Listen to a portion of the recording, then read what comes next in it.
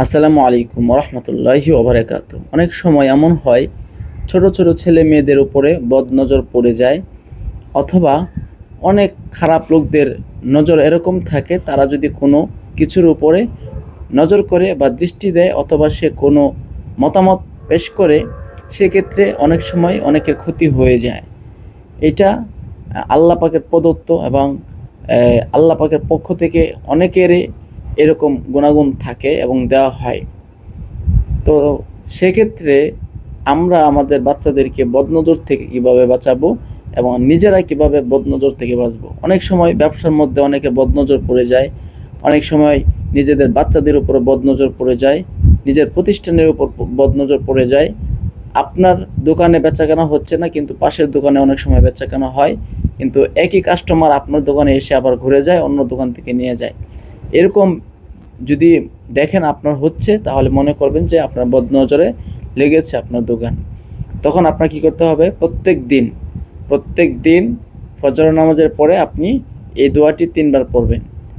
দোয়াটি 3 বার পড়লে আপনার বদনজর কেটে যাবে, এবং যে সমস্ত বাচ্চাদের উপর বদনজর আছে তাদেরকে পড়ে ফু দিবেন, তাহলে বদনজরগুলো কেটে যাবে। দোয়াটি হলো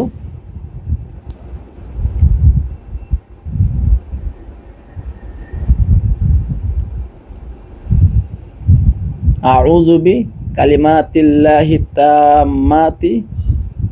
আবার পড়ছি, আউযু বি কালিমাতিল্লাহি তাম্মাতি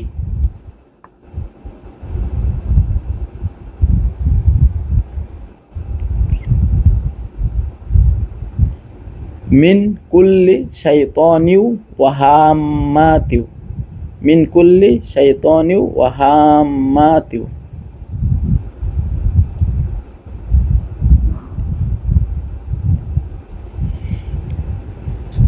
আউযু বি কালিমাতিল্লাহি তাম্মাতি মিন কুল্লি শাইতানিউ ওয়া হাম্মাতি।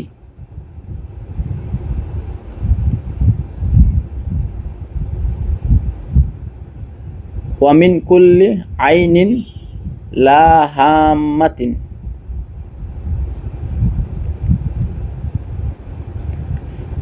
ওয়া মিন কুল্লি আইনিন লাম্মাতিন।